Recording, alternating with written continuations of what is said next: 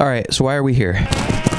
We are gathered here this morning for you all to bear witness to a project that I have been working on for months on end, and it's finally wrapping up. I just want to tip of my beanie to all of you. Let's just jump right into it, guys.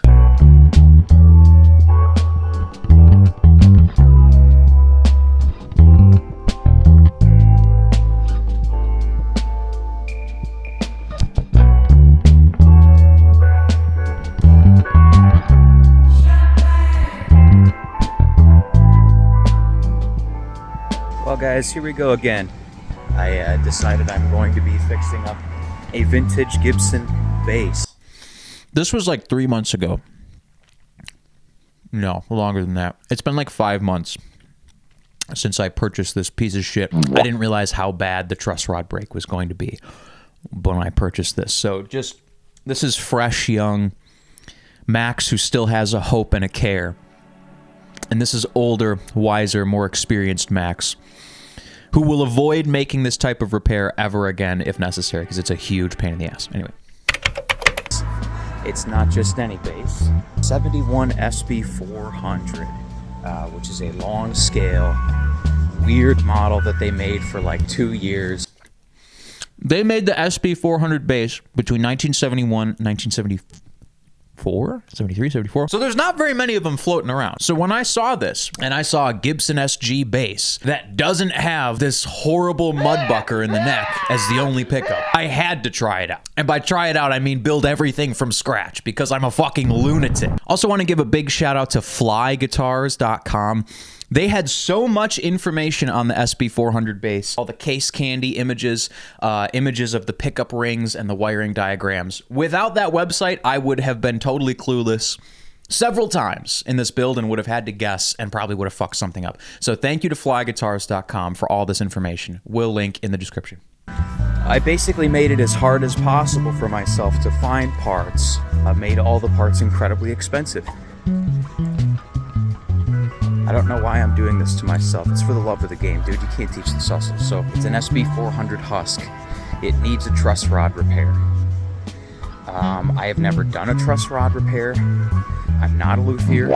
Step one is make the truss rod repair using the StuMac truss rod rescue kit. Yeah, all the other stuff, the pots, the switching, the wires, I have all that stuff. So, you know, soldering supplies, capacitors. I'm just going to make all that from scratch, because sourcing these parts is insane. I don't know what I got myself into.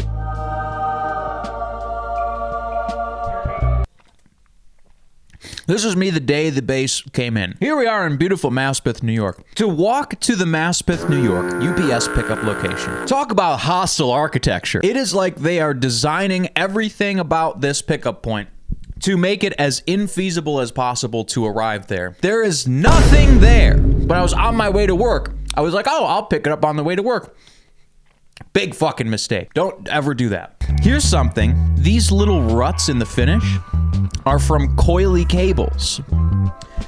When you put your rubber coily cable in contact with nitro finish, there is a reaction that happens chemically. So if you ever see little rattlesnake tail bits on the back of your finish, that's what it's for. It's from little coily cables. So somebody...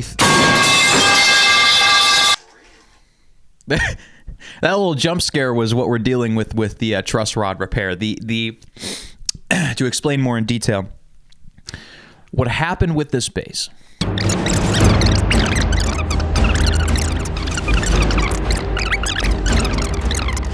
Get on with it!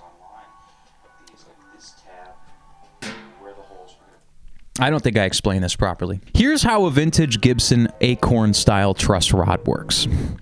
You have your neck. There is a channel cut into the neck. Imagine this is a channel cut into the middle. And then the truss rod is placed in, and then another piece of wood is glued in on top of the truss rod to essentially force a straight piece of metal rod into a curved, tensed position, and then it's glued into that position. So this rod is curved inside the neck. And then you put threads on this side. This is the adjustment end.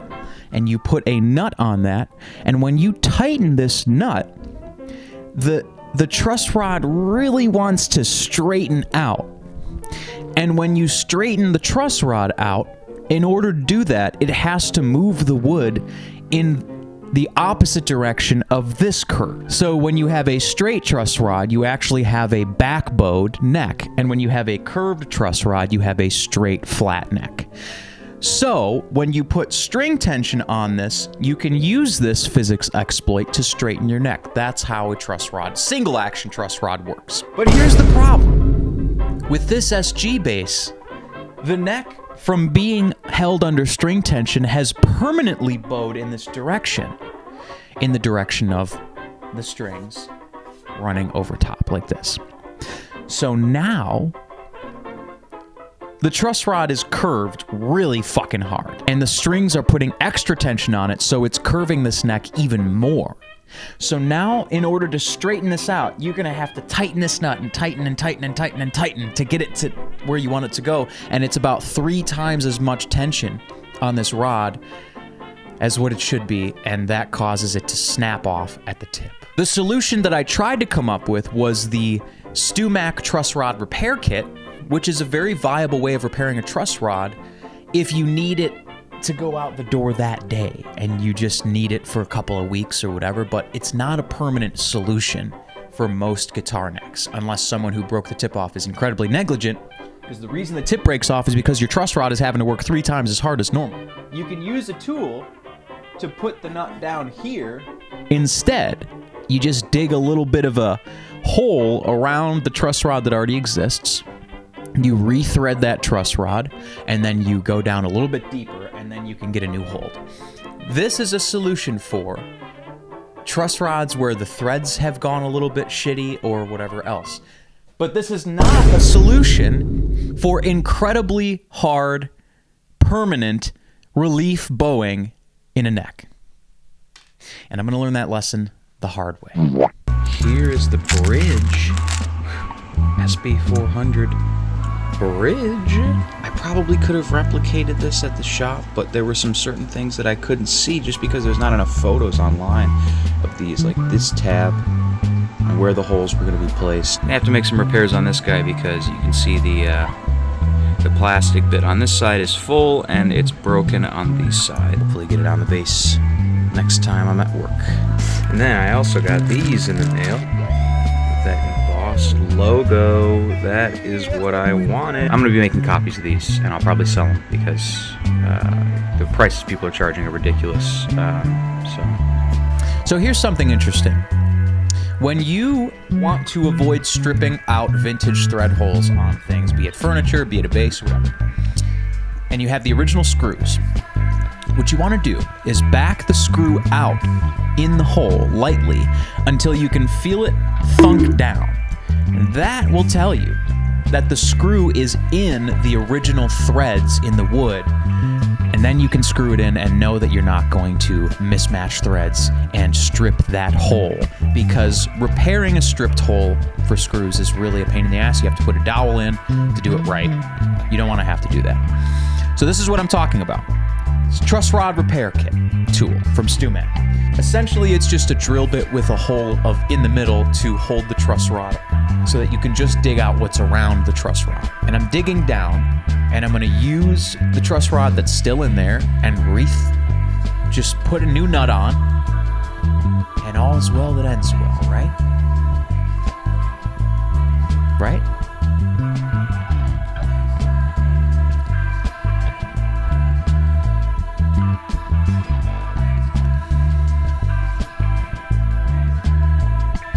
No.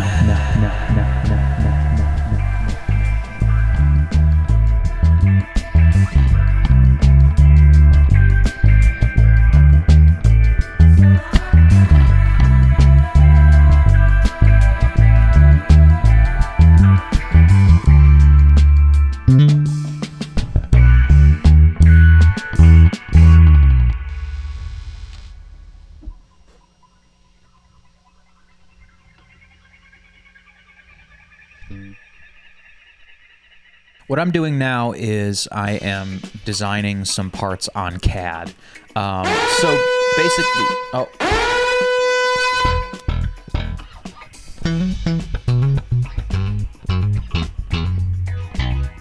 We back here. So what I'm doing here is I am designing some parts on CAD. There are some metal parts.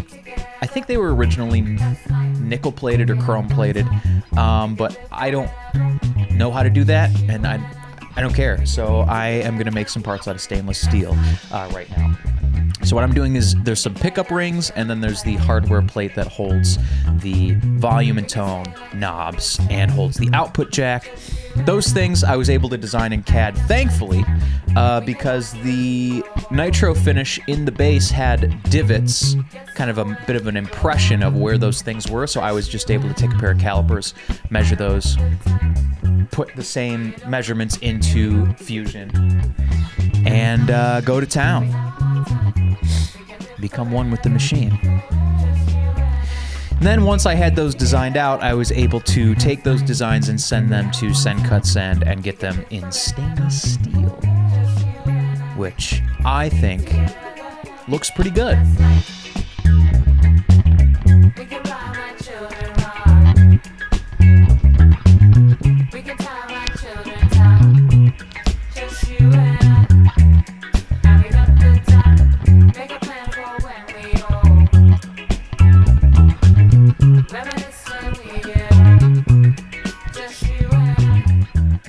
There's the truss rod hole yet again.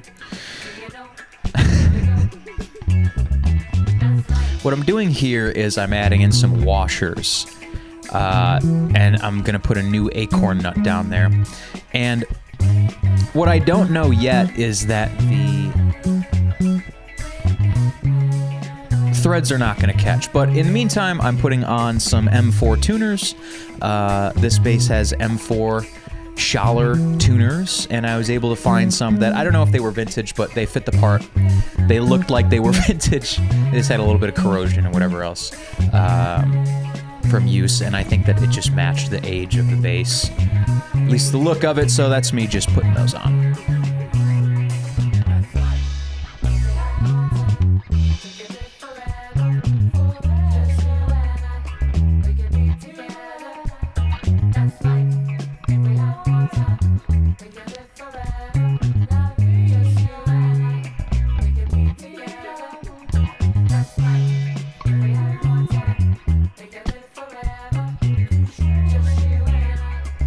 This is me using a fucking socket wrench to wrench that acorn nut all the way past the viable threads and stripping everything.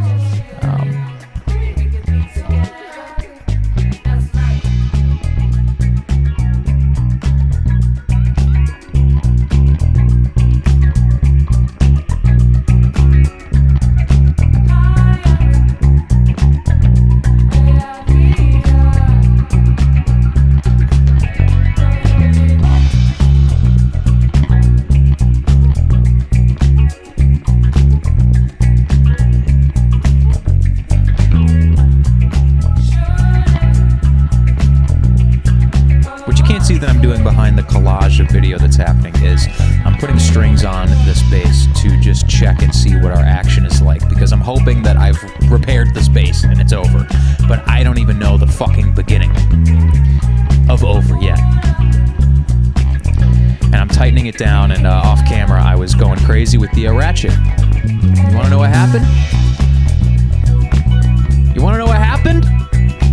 Take a fucking wild guess as to what happened.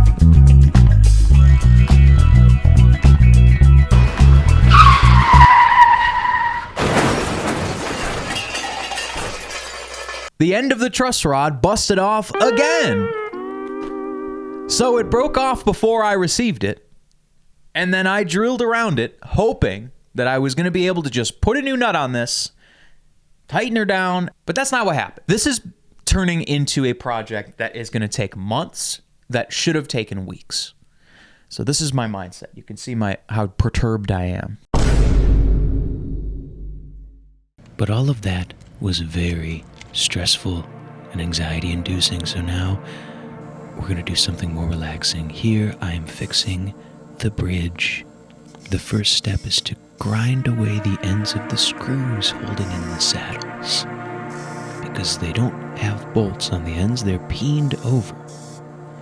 which means that I have to grind off the peened end carefully without scratching the rest of the metal so that I can remove the screws and remove the saddles also.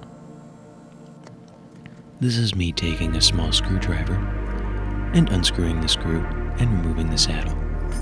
You can see how absolutely hammered this 50-year-old nylon is. This is the fate of all plastics.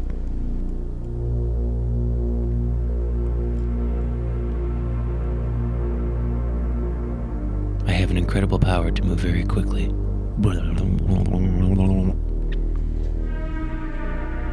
This is me just taking a bit of an acetone wipe and wiping off the metal, cleaning off all the gunk, all the grizz, all the gunk that has gathered from people's right palm over the years. What I'm doing now is I'm replacing these screws. But first I realized I had to drill out the hole for the screws a bit. Some of you may view this as sacrilege to do this on a vintage bridge, but frankly, I'm about playability first. Ask questions later. I'm replacing this with a hex type screw. This is me just shaving a bit off of the saddle because otherwise the hole does not have clearance in the screw. It's hard to explain, but just trust me. Breathe in and breathe out.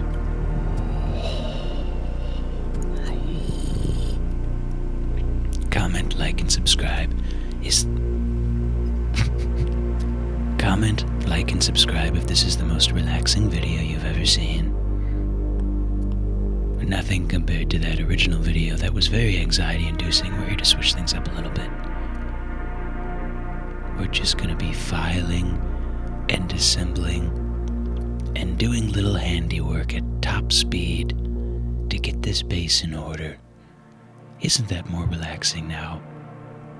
This is me adding some lock nuts on the end of the screws so that the screw can turn freely in the hole and move the saddle, but it also doesn't come flying out all over the fucking place. And there they are. Now what I'm doing is I'm taking a rounded file and I'm guesstimating the string gauge, and I am cutting grooves into the saddles. You could probably use a StewMac kit of files to do this, but I don't have a StewMac file kit because I don't have any money, so I borrowed this file from work, and it worked just fine for me. There's the finished bridge, and there it is on the base. Wow. Now this part of the build is going to become less relaxing. And that's because what's happening here is I am desperately trying to fix this fixed, quote-unquote, truss rod. You can see I'm using a ratchet to try and ratchet down this vintage-style acorn nut onto the two threads that are left. Little do I know that this would be a fruitless effort. What I'm even doing is bending the neck backward on purpose to load tension into the neck in the correct direction so that I can set the truss rod as is. But what Past Max doesn't realize is that he'll never get this nut to work. It's never going to work. He's wasting his time. Isn't that relaxing? A waste of time.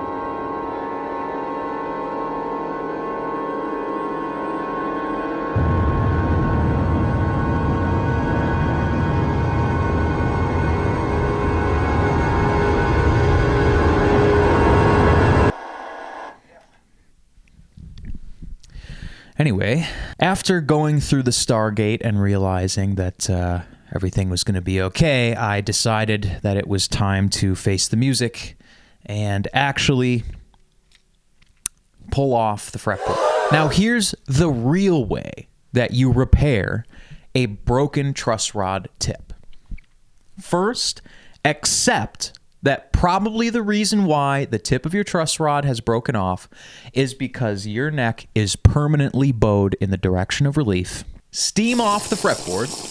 So you use an iron and a hot towel, and you're going to steam off the fretboard and carefully put a fucking spatula between the two pieces of wood. Then you drill out the channel where the truss rod is, pull the truss rod out, put a new truss rod in, flatten the neck to remove this bow, put the new truss rod in, re-glue the rosewood fingerboard over top of it, wrap it up, and then clean up the finish.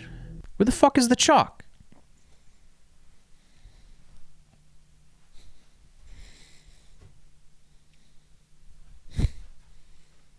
We're going to remove the fretboard. We're going to sand it down, replace the fretboard. Voila. That's the plan. Seems simple enough, doesn't it? Yep. So what I'm doing here is I'm using an X-Acto knife, and I am just cutting the finish of the rosewood fingerboard and the neck in the hopes of preventing more nitro lacquer loss. Because if you just start going to town on it, you're going to flake up different pieces of nitro finish, and the smaller the bits that come off, the better, and the more controlled it's all going to be. I'm not a nitro expert. I don't really understand how to repair nitro finish, so I'm trying. I'm really in over my head at this point. It's funny in retrospect, now that it's over. But I was very nervous. Here's some of the electronics. Just kind of facing those up and test fitting them onto the body. And they're looking pretty good. So I'm happy about that at this point. I just got to source some pickups, and all of that is good. I got some witch hat knobs coming in the mail. So this is first attempt at steaming. I was able to get the spatula underneath the tip very easily. But steaming a fretboard off and steaming old wood glue is a lot harder than you think it is. And I wish I had known that there was a StewMac repair tool that allows you to get two hands underneath the fretboard and not just one spatula. But you live and learn.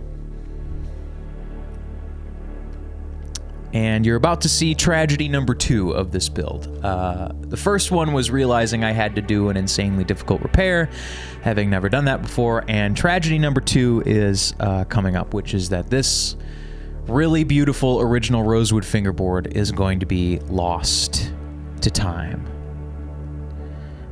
in this build, which is really a shame.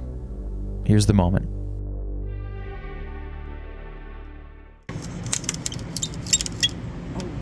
So I'm putting the spatula underneath it, and I realize that it's cracking.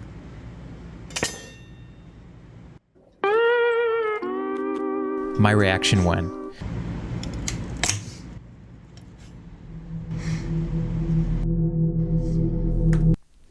So I decided that maybe I should just replace the fingerboard because with peeling up the fingerboard as well, the frets were kind of getting bent out of place. So I decided to just pull the fretboard off in pieces, and I didn't film a lot of this because I was really disappointed and ashamed. This is how it ended up, but I just chiseled off the rest of this rosewood fingerboard without regard. Next, you see me get to go to town with a chisel on this to pull out the truss rod. This was very satisfying.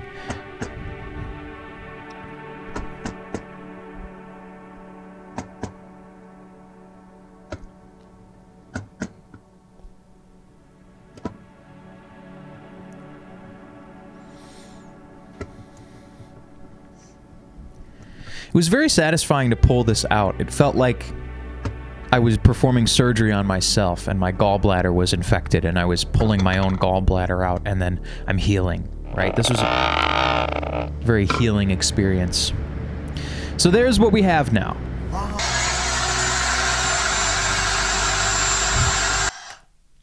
What I'm doing here is I am cleaning up the channel where the truss rod was, the router. I just did this freehand. I didn't have a template. I didn't do anything like that. I just needed to clean up the chiseling that I had done. And I'm about to do something really fucking stupid. Always put in a hole with a drill before you start routing. That fits the router bit. I don't know why I thought that was going to work, but the rest of it went okay.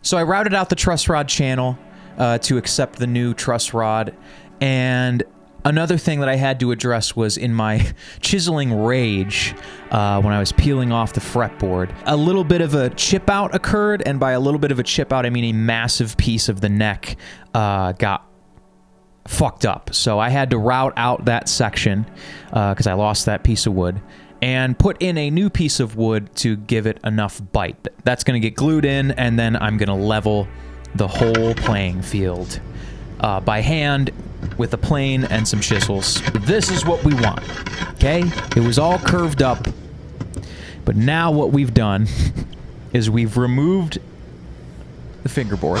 It's gone now. And then we drilled the new channel. We did the whole new truss rod channel. Now we're leveling it out like this. And then we're going to put a new fingerboard on.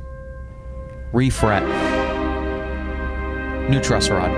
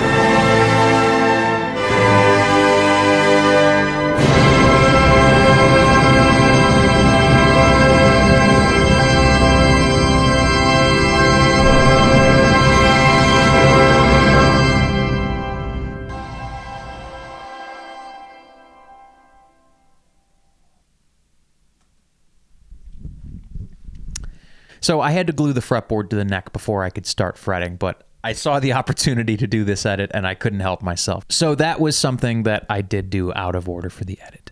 But it was fun, so I liked it. Once the fretboard went on, I had to take a wood rasp and just clean up the edges because I had it cut pretty close to the correct size for the neck, but not exactly. So that's what I'm doing here, and I'm also scraping away a bit of this dried wood glue with a razor. Who up creeping they cast, am I right, ladies and gentlemen? This fingerboard is a Stumac Indian Rosewood jazz bass fingerboard. That means it's pre-radiused, it has the fret slots pre-cut. The SB400 has a 34.5-inch scale length. Why they added an arbitrary extra half-inch to the scale length of this instrument is beyond me. So I was like, do I really want to change the scale length of this bass? Maybe I should make my own fingerboard, but I decided, fuck the extra half-inch. So now it is 34-inch scale. It was 34.5, now it's 34-inch. Every time you do repairs like this, there's always little details that change and little intricacies that develop, and that's one of the little quirks of this bass. A little bit of the work that I did off camera was filed down the edges of the frets to make sure that nothing was pokey or sharp, and then did a bit of a bevel on each fret. I had to file and cut the original nut down to fit into the nut slot, the new one. And then finally tense the truss rod, and thankfully the new truss rod works great. The neck is straight. I guess if anything catastrophic happens, y'all will be the first to know.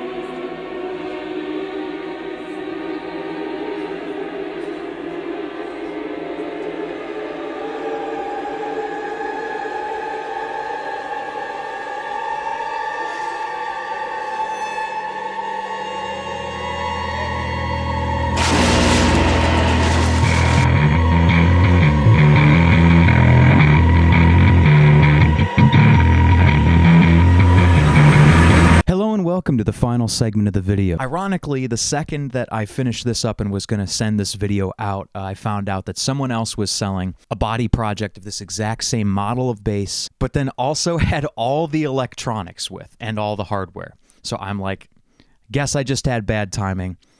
Guess I wasted months of work. Could have just done this a lot easier, but c'est la vie. So I'm going to start off with a bit of a high gain setting. And another note on this is I'm not going to be switching between the pickups because I accidentally ruined the switches when I was trying to wire them up. So you're just going to only hear both pickups. So, but also these aren't even the original pickups. These were some Strat pickups that I had lying around that I just threw in here anyway. So these aren't going to be what the Gibson's pickups sounded like at all. This is just to give a look into what the bass looks like and what it sounds like. I should have given this a polish before I took a look at it. This little bit is from someone's thumb from playing this. So somebody played this enough to wear their thumb groove into the body. I'm such a sucker for that kind of thing. Somebody put their bass down on top of a coily cable and left it for long enough where the rubber of the cable interfered with the finish, and someone tried to scuff them out to no avail. So that's just a little reminder of this bass's very interesting history. It's a beautiful slab of wood. It's a two-piece body, split down the center. You can see a little bit. This one is very uniform in color, but there's some that I've seen of this model that are like almost maple on one side and walnut on the other. And you can see that moving into the neck as well. You can see someone tried to put a strap button on the back of the headstock as well. Here's something that nobody but the player is going to see. This little white stripe. I just did that with nail polish. I don't have like a spray gun, or I don't know anything about nitro, so I just taped this off with some masking tape, and I even did the fret marker dots. Old ones were destroyed, so I put in new ones with white lacquer. Thank you, Sarah, for donating the lacquer. Which also leaves this fingerboard without dots, but I kind of prefer the look without, and I don't feel like drilling and putting fingerboard dots on this bass now that I'm pretty much done here. The reason I put this white stripe here is because I had to sand this side smooth because there was a bit of overhang of the fretboard after I had glued it on. So once I had sanded it, there was just a bit of gap I had to fill, and the finish got worn away. So I decided, why not go for a high contrast stripe, and I think it looks pretty cool. So anyway, here is a high gain setting for you.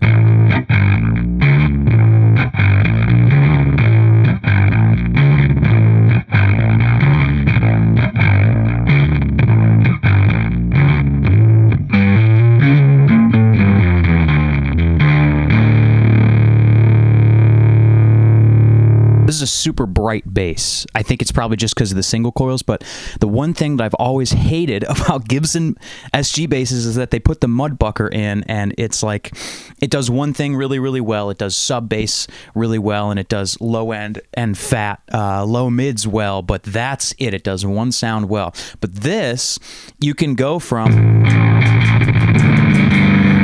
very bright and pingy high gain to very woofy, old school metal high gain. Let me show you an example of that.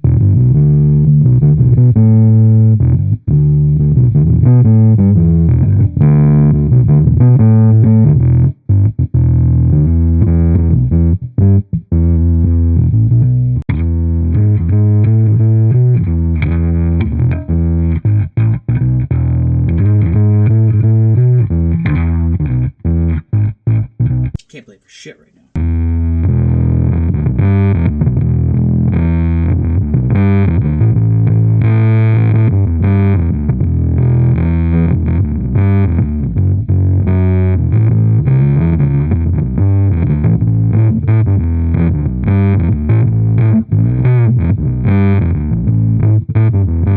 I suspect that if you were someone who enjoys down tuning to like C, this would be a perfect bass for doing like Dope Throne covers or like proto stoner doom metal, that kind of shit.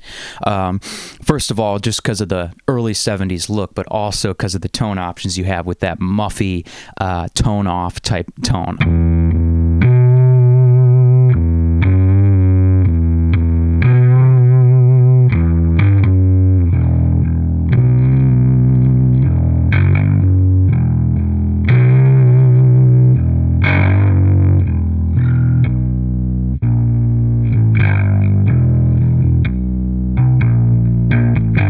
So all that has been on a Marshall sound, a bit of a high gain tone. Let's go a bit cleaner. I'll do a bit more of a Fender emulation. Okay, this is a twin reverb, but just cranked all the way up, no reverb. This is a bit of a cleaner sound.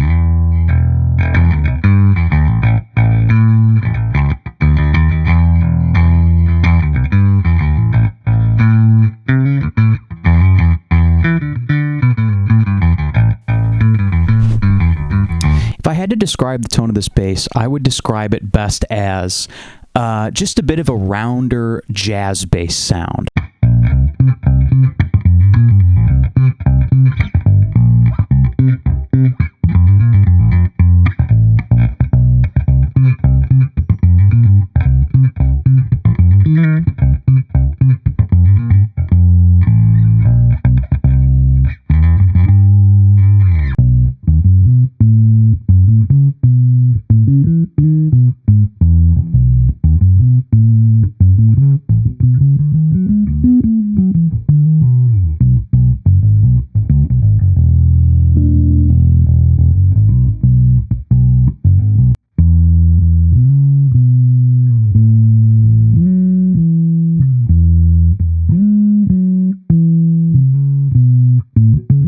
Well, that's about all there is to see and hear with this bass. I'm going to continue playing it, and I have plans to eventually sell this bass online once I feel like it has stood the test of time. So that'll be up on my Reverb. And yeah, thanks for tuning into the project. I hope to make more videos with less effort than ever before after seeing how much this video is taken effort-wise, but I hope you enjoyed, and like and subscribe, and I'll see you in the next one.